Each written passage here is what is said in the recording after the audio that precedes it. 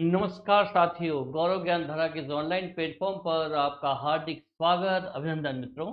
तो जैसा कि हम आज ओपीडी अर्थात ऑब्जेक्टिव प्रश्न धारा जो जीजीडी का ही जीजीडी की एक ब्रांच है, उस पर हम बात करने जा रहे हैं मित्रों। इस ऑनलाइन प्लेटफॉर्म पर हम बात करने जा रहे हैं आज तत्सम तद्भव शब्दों की, जिसमें जो उत्पत्ति के आधार पर जो शब्द है, इससे पहले पार्ट 1 में हमने बात की है तत्सम तद्भव की पहचान।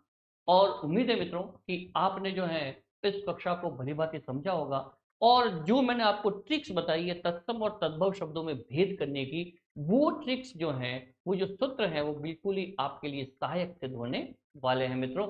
उनकी प्रतिदिन जो है आप अभ्यास करें, और उनसे संबंधित जो भी मैंने आपको ट्रिक्स बताई है, जिस तरह से जो शब्द बन रहे हैं, उन शब्दों के आधार पर आप उदाहरणों को देखें, तो आप जो है भलीभांति जो है उत्तर तक पहुंच पाएंगे मित्रों। ठीक है मित्रों, तो चलिए आज उसी क्रम को आगे बढ़ाते हुए हम बात कर रहे हैं भाषा की लेकर। भाषा के उत्पत्ति के आधार पर जो शब्द है जो हमारी भाषा में समाहित है मित्रों, तो उस भाषा के बारे में बात करेंगे। और तत्सम तद्भव से संबंधित और भी कुछ ट्रिक्स हैं, जिसमें आपको तत्सम और तद्भव शब्दों में कुछ भेद करने पाने में आपके लिए सहायता रहेगी। उसके पश्चात हम देशज और विदेशज शब्दों को लेकर भी यहाँ पर बात करने वाले हैं। तो मित्रों, मैं आपसे पुनः यही कहना चाहूंगा कि प्रतियोगी परीक्षा में तत्सम और तद्भव शब्दों को लेकर कई बार जो प्रश्न है बिल्कुल ही सरल और सहज आपके सामने उपस्थित हो सकते हैं, लेकिन यदि कभी इसकी क्लिष्टता की पराकाष्ठा भी हो सकती है, ऐसा भिन्न प्रतियोगी परीक्षाओं में हमने देखा भी है। तो इस बिंदु को जो है आप सरल न समझें, और इसको जब जब भी आपको समय मिले, इसको बार बार इसके तत्सम और तद्भव, अधिक तो नहीं कह सकते, लेकिन अगर 400-500 आप अगर शब्दों को एक बार पढ़ ले, बार बार पढ़ ले, तो हो सकता है कि उन्हीं में से आपको कोई ना कोई जो है शब्द उस प्रतियोगी परीक्षाओं में आपके सामने उपस्थित हो जाए और आप सही उत्तर तक बेहतरीन तरीके से पहुंच पाए मित्रों। तो लीजिए प्रारंभ करते हैं आज की इस कक्षा को, जिसमें अपन बात करेंगे इस थंबनेल के अकॉर्डिंग। आपको यहाँ पर तत्सम और तद्भव शब्द और देशज और विदेशज शब्दों को लेकर भी आज बात करेंगे इसमें। तो देखते हैं कि किस तरीके से जो है इस भाषा की बात करते हैं। तो मित्रों ध्यान रहे कि भाषा अर्थात प्रत्येक भाषा की अपनी एक ध्वनि व्यवस्था,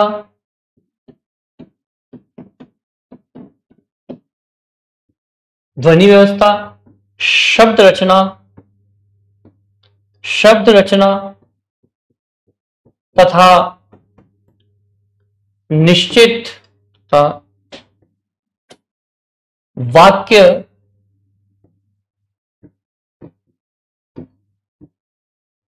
की वाक्य रचना की एक निश्चित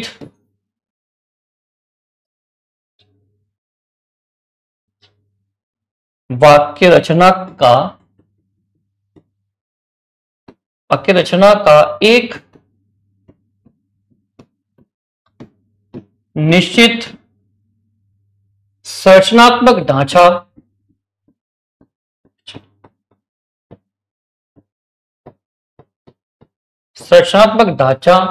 और एक व्यवस्थित, एक सुनिश्चित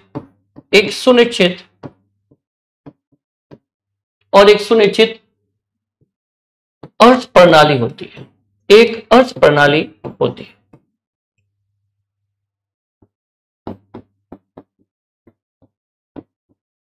ध्यान रहे मित्रों, मैं यहां पर आपको भाषा से संबंधित बात करने का प्रयास कर रहा हूं कि प्रत्येक भाषा की अपनी एक ध्वनि व्यवस्था रहती है, एक शब्द रचना तथा वाक्य रचना का एक निश्चित संरचनात्मक ढांचा और एक सुनिश्चित अर्थ प्रणाली होती है।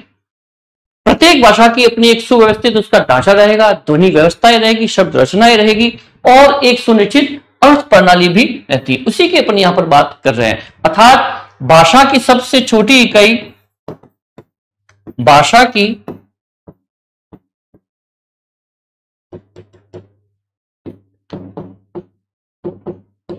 सबसे छोटी सार्थक इकाई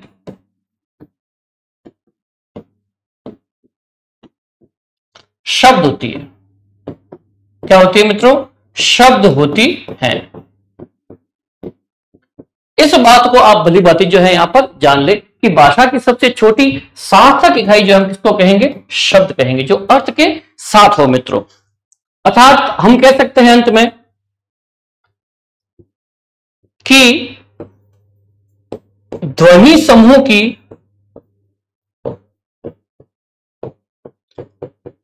एक ऐसी रचना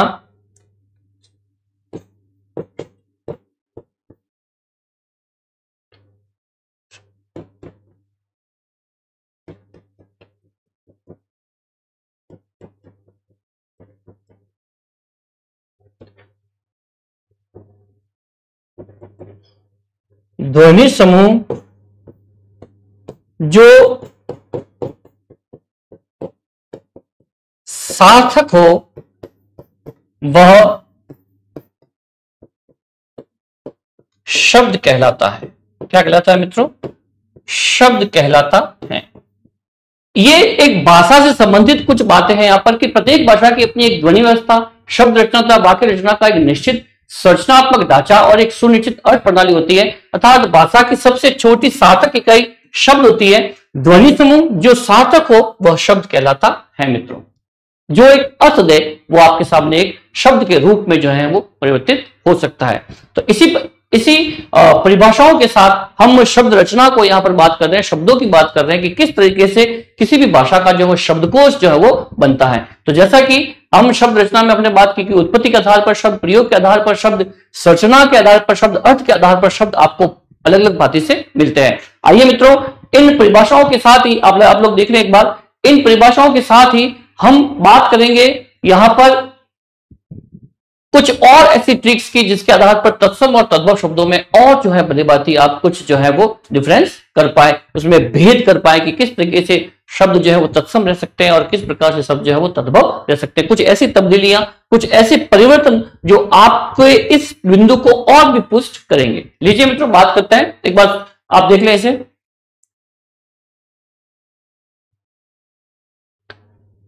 आगे चलते हैं। जैसे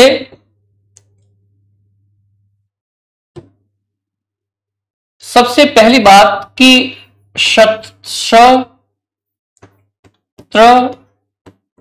ज्ञ और श्र।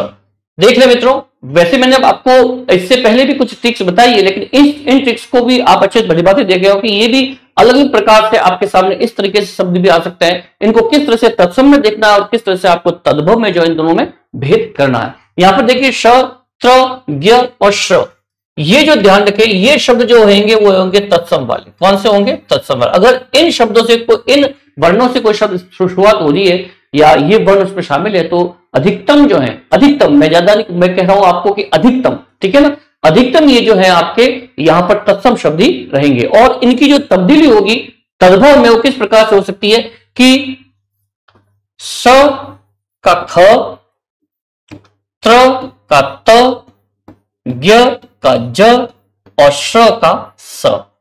ये अधिकतम यहां पर जो है हम देखते हैं कि अधिकतम परिवर्तन ये रहेगा। कितना? अधिकतम, अधिकतम परिवर्तन यह होगा। आशा है मित्रों यहां पर आपको ये बात समझ में आ रही होगी। हम कुछ एग्जांपल से इसको और पुष्ट करते हैं। जैसे कि देखिए,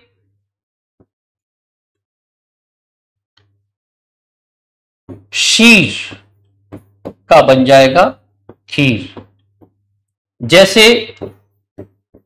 क्षेत्र का खेत, जैसे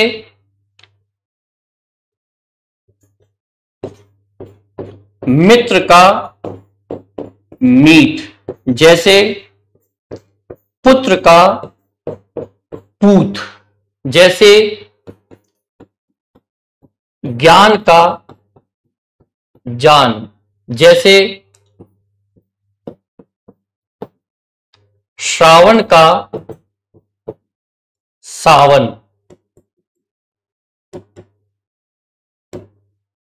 जैसे श्रावण का सावन। जैसे और अपन बात करें यहां पर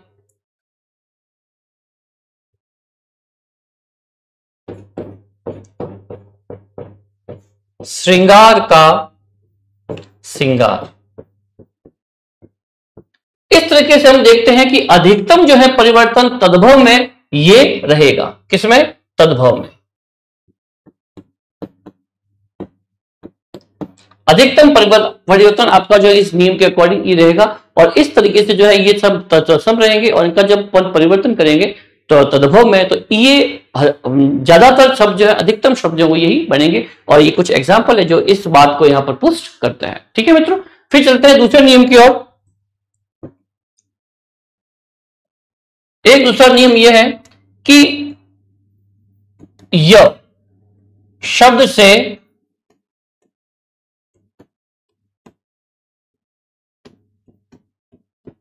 बनने वाले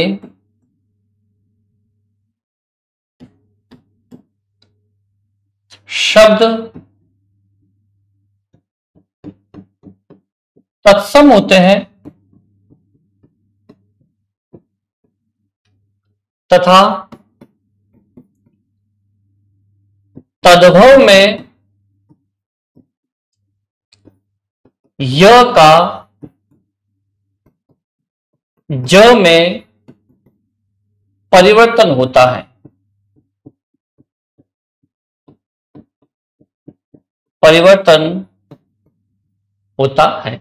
यह शब्द से जो बनने वाले शब्द होंगे वो तत्सम होंगे, और तद्भव य का ज में परिवर्तन होता है। य के शब्द जो बनेंगे, य से जो भी शब्द की शुरुआत होगी वो य से होंगी, जो तत्सम कहलाएंगे, और इनका जब तद्भव पे अपन परिवर्तन करेंगे तो शब्द जो वो ज बन जाता है। देखिए कुछ एग्जाम्पल से इसको और पुष्ट करने का प्रयास करता है।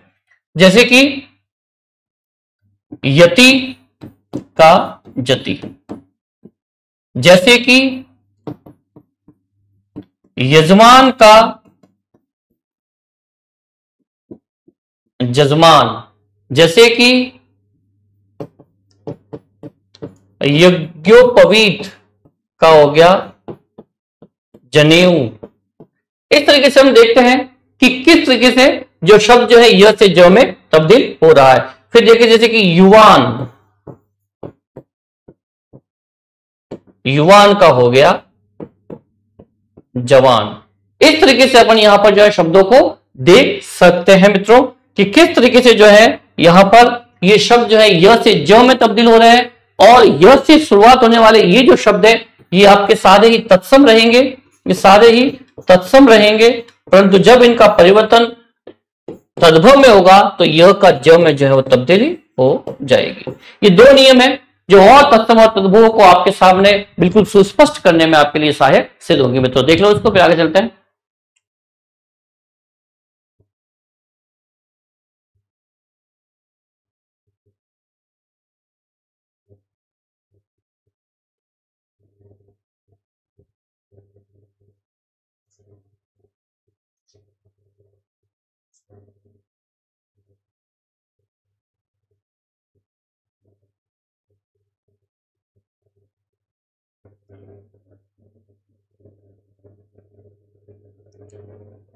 बिल्कुल आपको तरीके से यहां पर ये कंसेप्ट जो है क्लियर हुआ होगा मित्रों। और कुछ नियमों की ओर चलते हैं। नियम नंबर 3।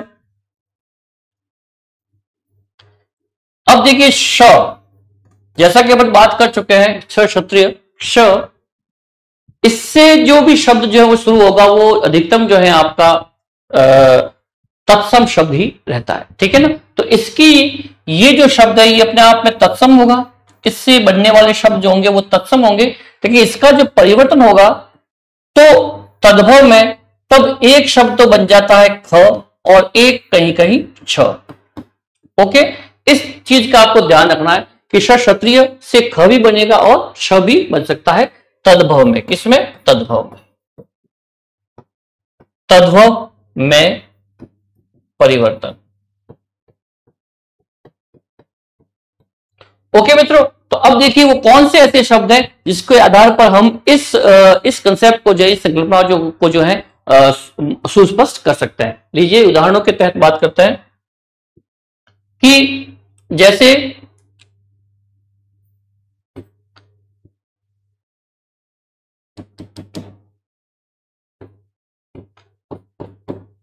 क्षति का हो जाएगा क्षति। ओके, फिर जैसे कि आपको पता ही है, इससे पहले भी मैंने इस उदाहरण का प्रयोग किया था, सीर का बन जाएगा खीर। ओके, उसके बाद में जैसे कि अक्षर है तो अक्षर का बन जाता है अक्षर। फिर जो है जैसे लक्ष्मण है तो बन जाएगा लखन। फिर जो है और भी अपन देखें, इस तरीके से ये शब्द जो है वो बनेंगे आपके सामने। ये आपके कुछ एग्जाम्पल है जो इस कंसेप्ट को यहां पर जो है वो पुष्ट करते हैं मित्रों। ये आपके सामने कुछ एग्जाम्पल है जो इस तरह से, किस तरह से देखो क्षत्रिय को ख में तब्दील कर रहा है और क्षत्रिय को छ वाले में, इसमें क्षत्रिय वाले में जो है वो तब्दील कर रहा है। इस तरह से ये एग्जाम्पल है जो इस कंसेप्ट को यहां पर जो है पुष्ट करते हैं मित्रों। अब देखिए आगे एक और कंसेप्ट की बात करते हैं यहां पर कि किस तरीके से श, श्र और स ये सारे ही तत्सम होते हैं। इससे बनने वाले शब्द जो है वो तत्सम होंगे, तत्सम शब्द होते हैं, शब्द होते हैं।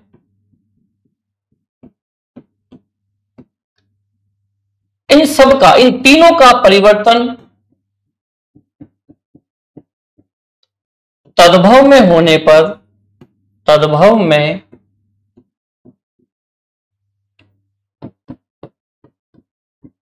होने पर श, श्र और स बदलकर स बन जाता है।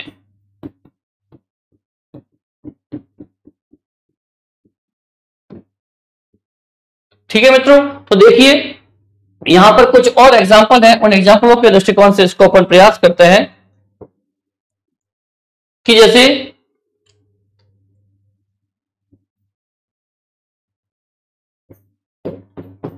श्रावण का हो जाएगा सावन। ठीक है मित्रों, फिर जैसे कि श्रृंग, तो श्रृंग का बन जाएगा सिंह। फिर है आपके इसी तरह से षोडश का बन जाएगा 16। इसी तरह से और अपन देखते हैं, जैसे ये कुछ एग्जाम्पल हैं जो इस को यहां पर पुष्ट करने का प्रयास करते हैं मित्रों। ठीक है ना, देख लेना इस कंसेप्ट को बेहतरीन तरीके से और प्रयास करते हैं।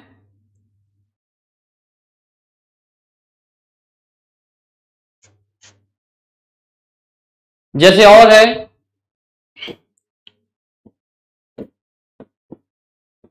दशम का दशम, आश्रय का आसरा। इस तरीके से अपन और इसको देख सकते हैं। ठीक है ना, देख ले, फिर आगे चलते हैं। और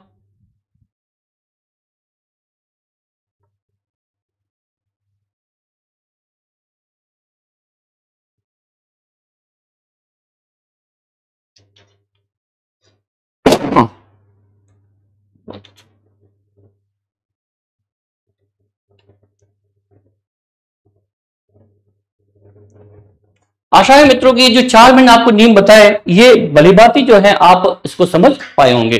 और कुछ एक नियम और है लास्ट, इस नियम को भी देख लेते हैं। जैसे कि वह तत्सम शब्द, वह से बनने वाले जो तत्सम शब्द होते हैं वो तद्भव में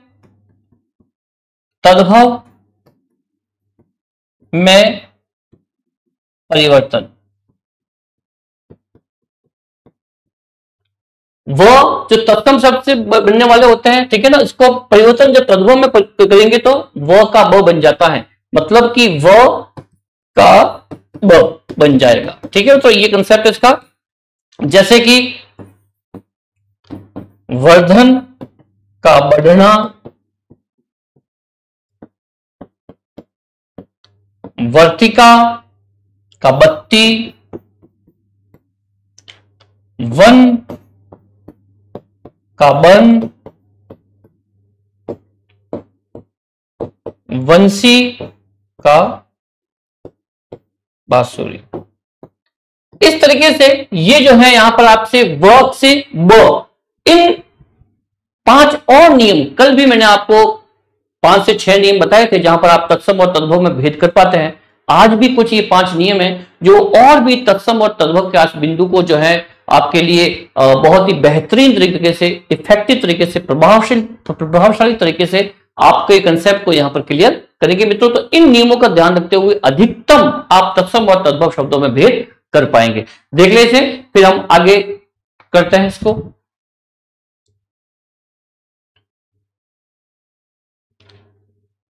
तो इस तरीके से मित्रों हमने प्रयास किया कि तत्सम और तद्भव शब्द जो है वो किस तरीके से आपके समक्ष जो है वो प्रस्तुत हो सकते हैं, और इन अलग अलग नियमों से जो है आप इनमें डिफरेंस कर पाएंगे। आइए कुछ और शब्दों का प्रयोग करते हैं और कुछ शब्द जो तत्सम में क्या कहा जाता है, उनका परिवर्तन किस तरीके से ये नियम जो है वो कार्य करेंगे, और उनकी तब्दीली को हम यहां पर देखते हैं तत्सम से तद्भव शब्दों में। लीजिए ये कुछ शब्द है, जैसे कि बात कर रहे हैं हम छत्र मीन्स छाता। ये वो शब्द हैं जो आपके लिए वाकई में परीक्षा उपयोगी रहने वाले हैं मित्रों। चंद्रिका, चांदनी, चक्र, चाक, नयन, नैन, नासिका, नाक, पवन, पौन, पाश, फंदा, जरन, झरना, पुष्कर, पोखर, तेल का तेल, फिर है प्रतिछाया का परछाई,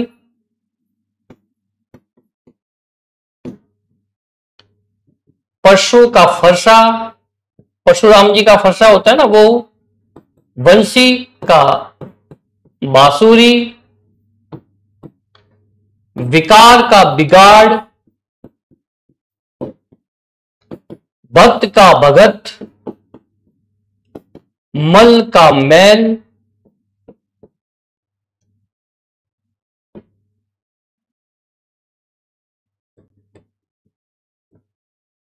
मल का मैल, मास का महीना,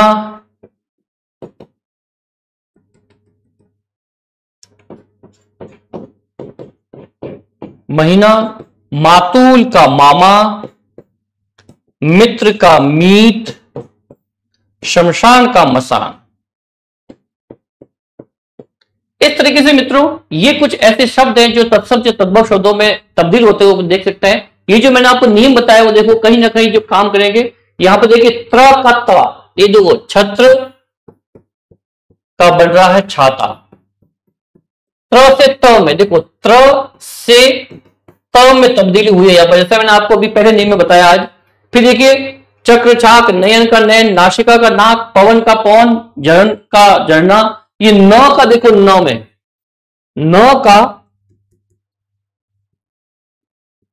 न में तब्दीली होना ये भी रहता है।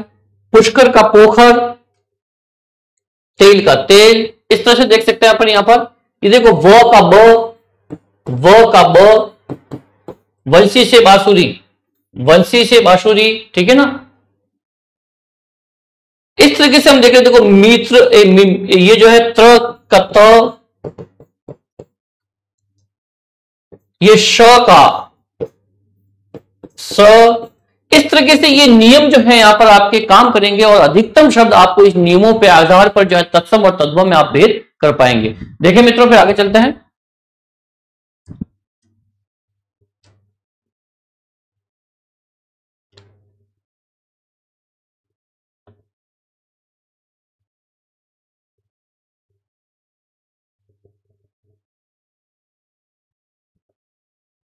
ओके मित्रों, अब चलते हैं कुछ और शब्दों की ओर। ये जितने भी मैं आपको शब्द आप तक पहुंचाने का प्रयास कर रहा हूं, चाहे वो उदाहरणों के माध्यम से हो और चाहे परिभाषाओं के माध्यम से हो, ये शब्द, ये परिभाषाएं आपके लिए तत्सम और तद्भव शब्दों में जो भेद है इनको जो है मजबूती प्रदान करेगी। और आप इस कंसेप्ट के सहारे जो है किसी भी प्रकार का आपके सामने जो शब्द उपस्थित हो जाए, अगर ये इन नियमों के आधार पर आपको, क्योंकि यही नियम वो है जिसके आधार पर शब्दों में तब्दीली अधिकतम देखी जाती है, तो आप इन नियमों के सारे वो जो प्रतियोगी परीक्षाओं में पूछे जाने वाले प्रश्न हैं वो इनके सारे आप सही उत्तर तक पहुंच पाएंगे। कुछ और देखते हैं मित्रों। अट्टालिका। अट्टालिका का मतलब होता है अटारी। क्या होता है? अटारी। अटारी। अंधकार अर्थात अंधेरा। अमावस्या, अमावस। अक्षर का मैंने बताया था आपको, अक्षर, ठीक है ना। जैसे कि अपने बात की थी कि ये जो श है ये दो तरीकों से बदलता है, एक साइड में तो ख और एक साइड में ये छ। इस तरीके से ये स देखो यहां पर क्या बता रहा है, अक्षर का अक्षर हो रहा है। ये मैंने एग्जांपल भी आपको भी समझाया है, ठीक है। अग्नि का आग, ये अष्टदश का 18 होता है, ध्यान रखना, अष्टदश।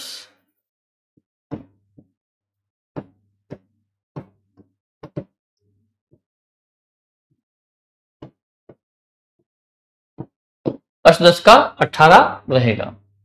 अमृत का अमीय, आखेट का अहेर, आखेट का नाम मीन शिकार। अगणित का अनगिनत, अनगिनत। अश्विन का आसोज, अश्विन का माह होता है हिंदी महीने। फिर आशीष का आशीष। ये देखिए मतलब श का श, जो आशीष का यहां पर आशीष हो रहा है। मैंने आपको नियम समझाया था कि श, देख रहे मतलब श और स है तो उसकी जगह स बच जाता है। या देखिए श का भी स बन रहा है और इस स का भी ये स बन रहा है, ठीक है ना। इस तरीके से अपन देख सकते हैं कि वो नियम जो है किस तरीके से कार्य करते हैं। फिर देखिए उल्लू का उल्लू, किरण का किरण। ओके मित्रों, फिर कौन का कौना, अंचल का आंचल, इक्षु का इक। पीसा जाता जब इक्षुदंत, बहती रस की धारा अखंड। मेहंदी जब सहती प्रहार है, बनती ललनाओं का श्रृंगार है। जब फूल पिरोए जाते हैं हम उसे गले लगाते हैं। है कौन विघ्न ऐसा जग में जो टिक सके आदमी के मग में। खम ठोक टेलता है जबनर पर्वत के जाते पांव खड़। मानव जब जोर लगाता है पत्थर बन जाता है, ठीक है ना, पत्थर पानी बन जाता है। तो ये इक्षु, पीसा जाता जब इक्षुदंत अर्थात गन्ना, जिसे अपन कहते हैं ईख। एला मीन्स इलायची। कदली मीन्स केला। कुष्ठ मतलब कोढ़। क्लेश मतलब कलेश। ये जो तब्दीली होगी श किस समय हो जाएंगी, ग्रंथि का हो जाएगा गांठ। गायक का गवैया, गुहा का गुफा, गोपालक का ग्वाला, गोधूम का गेहूं, घंटिका का घड़ी और क्षेत्र का क्षेत्र। क्षेत्र महीना होता है ना, जहां से हिंदू वर्ष में परिवर्तन होता है, ठीक है ना। तो इस तरीके से ये कुछ एग्जाम्पल है जो आपके लिए वाकई में बेहतरीन रहने वाले मित्रों। इनको पढ़ें, आप बार बार पढ़ें, इनका अभ्यास करें और इससे संबंधित जो मैंने आपको नियम बताए हैं उन नियमों के आधार पर भी आप शब्दों की खोज करें, प्रयास करें और उसके आधार पर जो है तत्सम और तद्भव नामक बिंदु को जो है और अधिक पुष्ट करने का प्रयास करें। देख लें, फिर आगे चलते हैं।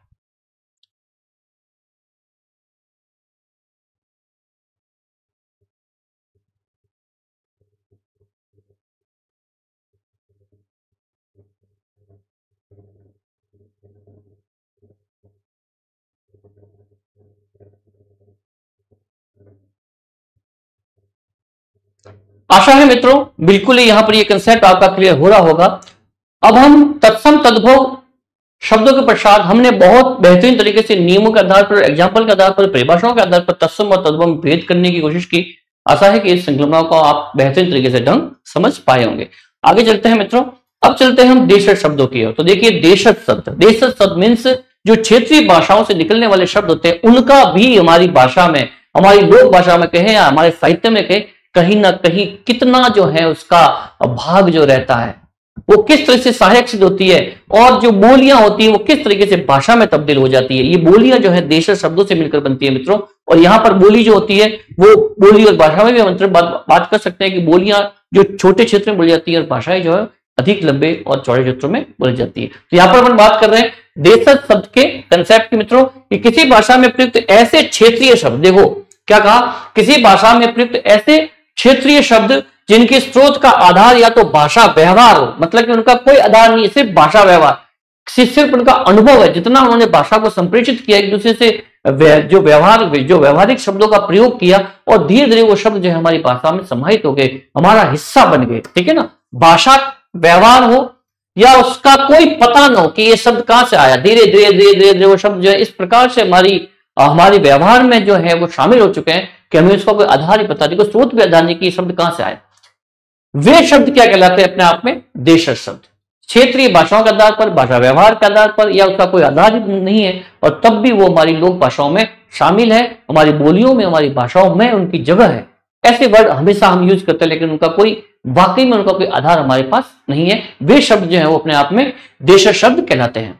समय, परिस्थिति एवं आवश्यकता अनुसार क्षेत्र लोगों द्वारा जो शब्द गढ़ लिए जाते हैं उन्हें देशज शब्द कहते हैं। मतलब कि जैसी जैसी समय की परिस्थितियां रही, जैसी परिस्थितियां बनी, जैसी आवश्यकता हुई और जैसा क्षेत्र था, जैसे जैसे वहां के लोग थे, जैसी वहां की समझ थी, उसके अनुसार ही शब्दों का निर्माण होता चला गया। उसे अपन क्या कहेंगे, वो जो है शब्द गढ़ लिए गए, बना लिए गए, उसे अपन क्या कहेंगे, देशज शब्द कहे जाते हैं। ये अलग अलग परिभाषाओं में इसको और पुष्ट करने का प्रयास अपन कर रहे हैं। जैसे परात, अब इसका कोई आधार नहीं है, कहां से आया है शब्द ये, और हम लोग जो है कंटिन्यू जो है क्षेत्रीय भाषाओं में इसका प्रयोग करते रहते हैं। कांच, कोई आधार बिंदु नहीं है, ना इसको तोड़ सकते हैं ना समझ सकते हैं, लेकिन बस ये सब जो है इस तरह से समाहित है हमारी भाषाओं में कि हम इसे इग्नोर भी नहीं कर सकते। ढोल, खचाखच बस भरी होती है, खचाखच बस भरी होती है। अभी खचाखच का क्या वर्ड है, क्या अर्थ है, कोई मतलब नहीं, बस हमने सिर्फ हमारी समझ में, हमारी भाषा में आगे आई खचाखच मतलब कि ज्यादा प्राउड, इस तरीके से अपन देख सकते हैं इसको। फटाफट, जल्दबाजी, मुक्का, ये शब्द जो है देशज शब्द है मित्रों, जो इस प्रकार से हमारी भाषा में शामिल हो गए कि हमें खुद कोई पता नहीं है कि इनका वाकई में इनका पाथ क्या है, इनका रास्ता क्या है, लेकिन हमारी भाषा का वो हिस्सा है, इसे हम कहेंगे देशज शब्द। फिर देखिए मित्रों, देशज शब्दों के भेद इस प्रकार है और इसमें भी कुछ भेद है, उसको हम देखते हैं कि अपने अंतर मन में उमड़ रही, देखिए मित्रों इसको कंसेप्ट को समझिएगा कि अंतर मन में उमड़ रही भावनाओं जैसे खुशी, गम, क्रोध की अभिव्यक्ति करने के लिए अति भावावेश, मतलब कि जब भावनाओं का जो आलंबन है वो टूट पड़ता है, भावनाएं खिलखिलाकर आने लगती हैं, तो कुछ मन गढ़ंत ध्वनियां, क्या है, मन के द्वारा गढ़ित कुछ ध्वनियां होती है का उच्चारण करने लगता है। और यही ध्वनियां जब बार बार वही अति भावावेश में वो ध्वनियां मन गढ़ंत बनती है और बार बार वो ध्वनियां जो है वो बाहर निकलती है, तो एक बड़ा जन समुदाय उसका प्रयोग करने लगता है। जब वो बार बार ऐसी भावनाएं बाहर आती है, क्योंकि मानव जीवन है और मानवीय व्यवहार में, मानवीय स्वभाव में ऐसे मन गढ़ंत भावनाएं जो है हम कह सकते हैं कि कॉमन रह सकती है और ऐसी भावनाएं, ऐसे शब्द निकलते जाते हैं जब वो एक बड़े जन समुदाय द्वारा बार बार उसका प्रयोग किया जाता है और धीरे धीरे उनका प्रयोग साहित्य में भी होने लगता है, क्योंकि साहित्य भी उसे एक्सेप्ट कर लेता है। ध्यान रखना मित्रों कि समाज, साहित्य जो होता है वो समाज का दर्पण होता है। जैसा हमारा समाज होगा, जैसी हमारी भाषाएं होगी, जैसे हमारे व्यवहार होंगे, जैसे हमारी लोक परंपराएं होगी और वही हमारा साहित्य है मित्रों।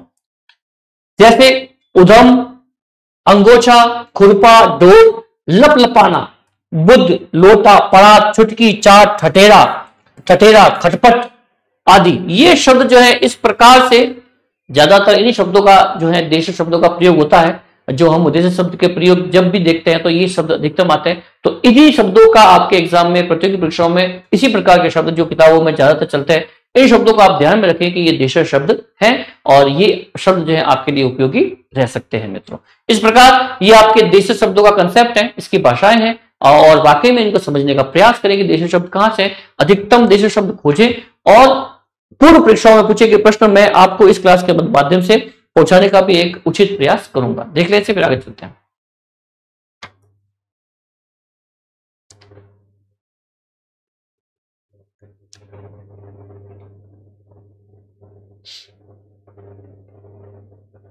आशा है मित्रों ये कंसेप्ट आपका क्लियर रहा होगा देश शब्द। अब चलते हैं आगे विदेशी शब्द। बेहतरीन बिंदु, बहुत ही बेहतरीन और क्लिष्ट बिंदु भी कह सकते हैं, क्योंकि विदेशी शब्द ध्यान रहे जब भी प्रतियोगी परीक्षाओं में क्लिष्ट और यदि कोई प्रश्न बनता है तो वो यहां से निकलता है मित्रों। क्योंकि हमारी भाषा में अर्थात हमारे देश में ऐसे कई लोग, बाहर के लोग आए, बाहर के देशों ने राज किया, एक बड़े लंबे समुदाय ने कई वर्षों तक यहाँ पे राज किया, जिसमें अपन कहीं कह सकते हैं मुगल भी रहे, यहां पर मुगल के साथ में जो अंग्रेज है वो भी रहे और भी उनके साथ में भाषियां जो अलग अलग भाषाओं के लोग हैं वो लोग आए, व्यापार किया। इस तरीके से जब वो हमारे समाज के साथ में बिल्कुल जो है शामिल हो गए तो उनकी कुछ भाषाओं के शब्द भी हमारी हिंदी में समाहित हो गए और हम उसमें कई बार जो है भेद भी नहीं कर पाते कि ये शब्द जो है किस भाषा का है और हम उसे इस प्रकार से उसका उपयोग करते हैं जैसे हमारी हिंदी भाषा का वो शब्द हो। ऐसे ही कुछ ऐसे विदेशी शब्द हैं जो किस तरीके से हमारी भाषा में शामिल हो गए, उन भाषा में हमें देखना है कि किस तरह का कौन सा शब्द हिंदी का है और कौन सा शब्द किस भाषा का है। इससे संबंधित आपको हजारों ऐसे शब्दों को देखना होगा मित्रों, जिसके आधार पर जो है आप इस बिंदु से निकलने वाली प्रतियोगी परीक्षाओं के जो प्रश्नों को जो है वो ढंग से ठीक कर पाएंगे। खूब पढ़ना होता है, इसमें खूब शब्दों का ध्यान रखना होता है, फिर भी कहीं ना कहीं चूक हो जाए तो ध्यान रहे कोई बात नहीं, लेकिन आपको प्रयासरत रहना है कि विदेशी शब्द अधिक से अधिक जो है आपकी जानकारी में रहे। देखते हैं कि किस तरीके से जो है विदेशी शब्द हमारी भाषा में शामिल हुआ है, क्या परिभाषा है, किस तरह के शब्द है और कौन कौन सी भाषाओं के शब्द है जो हमारी हिंदी में समाहित है।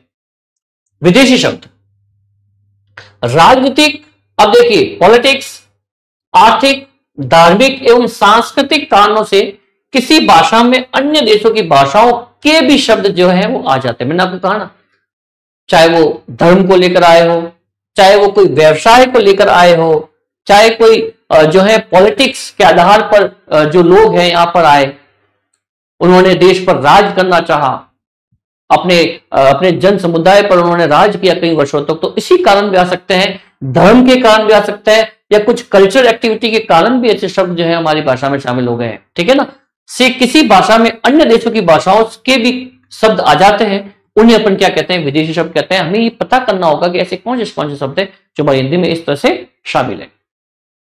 जैसे इन्हें हिंदी में अंग्रेजी, फारसी, पुर्तगाली, तुर्की, फ्रांसीसी, चीनी, डच, जर्मनी, ठीक है ना,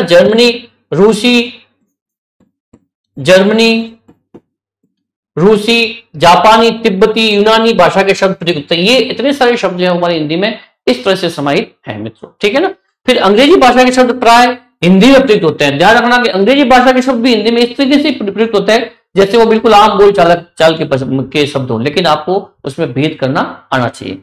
जैसे अब देखिए, सबसे पहले अपन अंग्रेजी भाषा की बात करते हैं तो जो शब्द हमारी हिंदी में किस तरह से शामिल है, जैसे कि अफसर, क्लास, क्लर्क, ये शब्द वो हैं जो आपकी प्रतियोगी परीक्षाओं के लिए भी उपयोगी रह सकते हैं मित्रों, ध्यान रहे।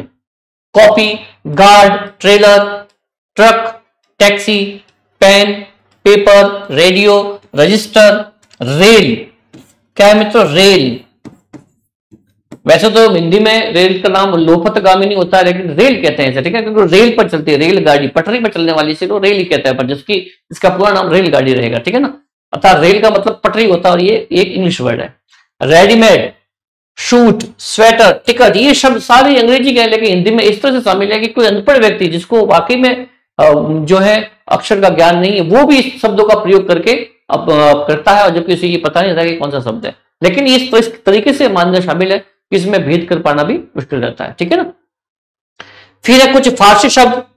अखबार, ये मित्रों ध्यान रखना फारसी शब्दों का बहुत ही अधिकतम रहता है समावेश, और ये शब्द जो है आपकी कहीं प्रतियोगी परीक्षाओं में पूछे गए हैं। ध्यान रहे इनको बार बार पढ़ना है, अधिकतम प्रैक्टिस करनी है, अभ्यास करना है कि ये शब्द आपको पता रहे कि ये फारसी शब्द है, ये अंग्रेजी शब्द है, ये अरबी शब्द है, ये तुर्की है, ये जापानी है, ये रूसी है, ये तिब्बती है, ये चीनी है। इस तरीके से आपको पता रहना चाहिए। देखिए काफी कुछ शब्द मैं यहाँ पर लेके आया हूं जो वाकई में आपके लिए उचित रहने वाला है। अमरूद, आराम, ये फारसी शब्द है। आवारा, आसमान, आतिशबाजी, आमदनी, खर्च, गुलाब, जानवर। फिर मित्रों जगह, जलेबी, तनख्वाह, दर्जी, बीमार, लगाम, शेर और सौदागर। ये सारे ही जो मित्रों जो शब्द हैं ये फारसी भाषा के शब्द हैं, और एग्जाम की दृष्टिकोण से भी बहुत ही महत्वपूर्ण क्वेश्चन जो है वो बन सकते हैं। देख ले इन्हें, फिर आगे चलते हैं।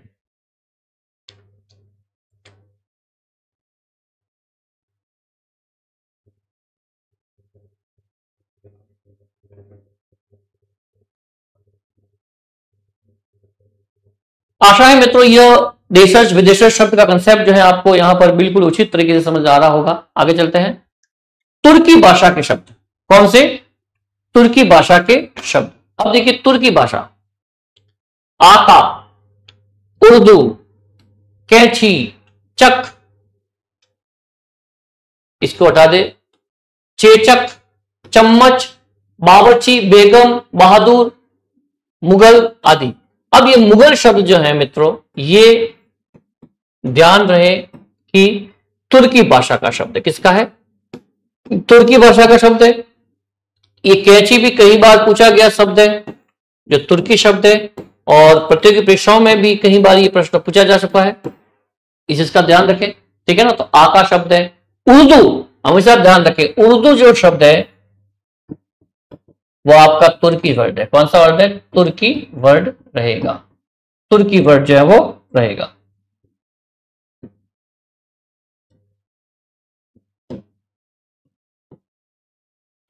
ओके। फिर है फ्रेंच भाषा के शब्द, अंग्रेज, कारतूस, कूपर, मार्शल। ये जो है ये भी वर्ड जो है हमारे भाषा में शामिल है, और ध्यान रखिए ये अंग्रेज, कारतूस, कूपर, मार्शल ये फ्रेंच भाषा के शब्द है।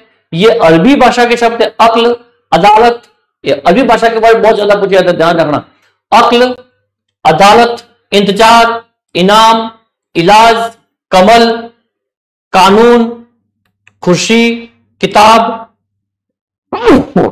सॉरी, अक्ल, अदालत, इंतजार, इनाम, इलाज, कमल, कानून, कुर्सी, किताब। किताब बहुत ही बेहतरीन प्रश्न है ये। किताब ध्यान रखना कि किताब जो है कई बार प्रतियोगी परीक्षा में पूछा गया, ये अरबी शब्द है। फिर है किस्मत, जिला, जिला और तहसील, ध्यान रहे जिला और तहसील दोनों ही शब्द अरबी है। नशा, तारीख, तारीख शब्द भी अरबी है। नतीजा, मतलब, लिफाफा, हलवाई, हिम्मत, दुनिया, तमाशा, दौलत आदि ये अरबी भाषा के शब्द। ध्यान रखना कि प्रतियोगी की परीक्षा के दृष्टिकोण से बहुत ही महत्वपूर्ण शब्द है मित्रों। अधिकतम जो है मैंने देखा है कि फारसी और अरबी शब्द बहुत अधिक पूछे गए हैं, ठीक है ना। इन चीजों को आप देख लें। ये जो भी मैंने आपके यहाँ पर जो भी शब्दों को प्रयोग किया है, इन शब्दों को भी आप ध्यान में रखते हुए अपनी परीक्षाओं को ध्यान में रखते हुए पढ़ें और याद करें, बार बार कोशिश करें, इनका रिवीजन करें, अभ्यास करें कि आपको ये याद रहे और वहां पर आप जो है कंफ्यूज ना हो। पुर्तगाली भाषा के शब्द, अचार, अगस्त, आलू, कमीज, कमरा, गोभी, गोदाम, बहुत ही अच्छा शब्द है गोदाम। गोदाम शब्द जो है आपका पुर्तगाली रहेगा। चाबी, पपीता, पतलून, संतरा, साबुन, और बस संतरा शब्द भी जो है अपने आप में पुर्तगाली रहेगा मित्रों। इस तरीके से ये आपके कुछ विदेशी शब्द हैं जो अलग अलग भाषाओं से हमारी हिंदी में समाहित है, और हम जो विशेष शब्द है, जो अधिकतम मैंने शब्द आपके लिए लाया हूं मैं, जो वाकई में आपकी परीक्षाओं के लिए उपयोगी रह सकते हैं, इनको देख लिए एक बार, फिर आगे चलते हैं।